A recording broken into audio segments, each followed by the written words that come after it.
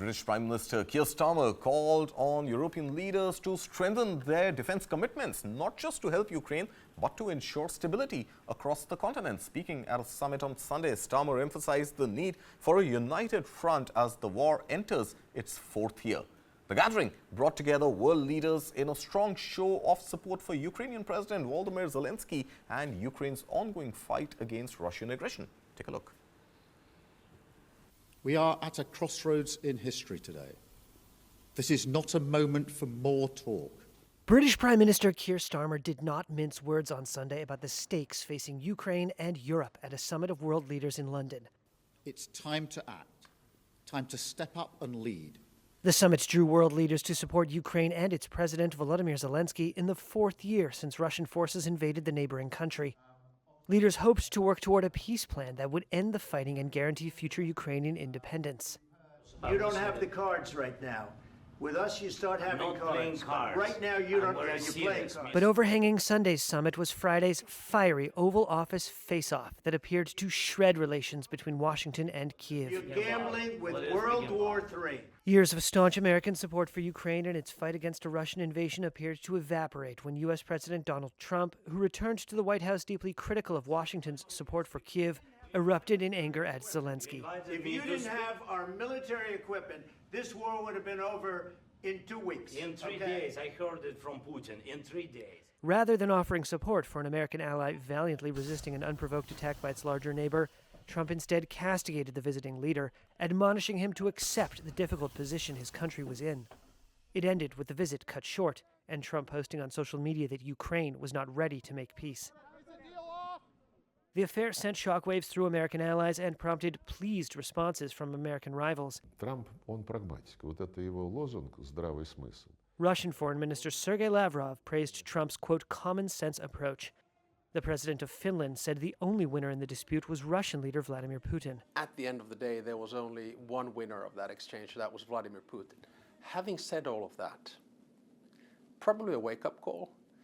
And, the conversations that I've had since in the past 72 hours are pretty much about, let's move on, let's get back on track, let's see what diplomacy can do. And I'm quite convinced that the meeting that we have here in London today is going to give us the first baby steps back to the table. Our starting point must be to put Ukraine in the strongest possible position now. Trying to revive hope for peace in Ukraine, Starmer on Sunday unveiled what he called a coalition of the willing, a group of nations willing to put personnel on the line to defend a peace deal if reached. The UK is prepared to back this with boots on the ground and planes in the air. Together with others, Europe must do the heavy lifting. And he announced a $2 billion deal to supply British-made air defense missiles to Ukraine. I don't think you'd be a tough guy without the United States. Trump has upended U.S. policy in the 3-year-old war since he returned to the White House in January, casting doubt on its military and political support for Ukraine and Europe, and ending the isolation of Moscow. All right, that iconic conversation between Trump and Zelensky. Meanwhile, world leaders offered a strong show of support to the Ukrainian president and promised to do more to help his nation. Listen in. First of all, it's important every chance we get to lay out the facts as clearly as possible.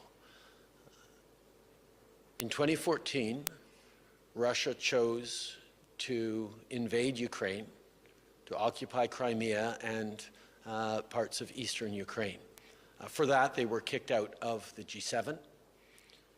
And in 2022, they chose to violate the existing ceasefire and invaded Ukraine with the intention of taking Kyiv in 3 days and the entire country in 3 weeks. That has failed. Russia continues to try to fight to claim more land in Ukraine, and we could see an end to this war tomorrow if Russia decided to stop its illegal invasion of Ukraine. On Friday in the Oval Office, President Zelensky pointed out, in so many words, that Vladimir Putin is a liar and a criminal and cannot be trusted to keep his word in any way, shape, or form, because he has demonstrated time and time again that he will break any agreements. I stand with Volodymyr Zelensky, and I stand with the people of Ukraine. The people of Ukraine are fighting not just for their own national sovereignty. They are fighting for the international rule of law. Australia has committed some $1.5 billion to help Ukraine defend itself. More than $1.3 billion of that is military support. We will continue to stand with Ukraine for as long as it takes.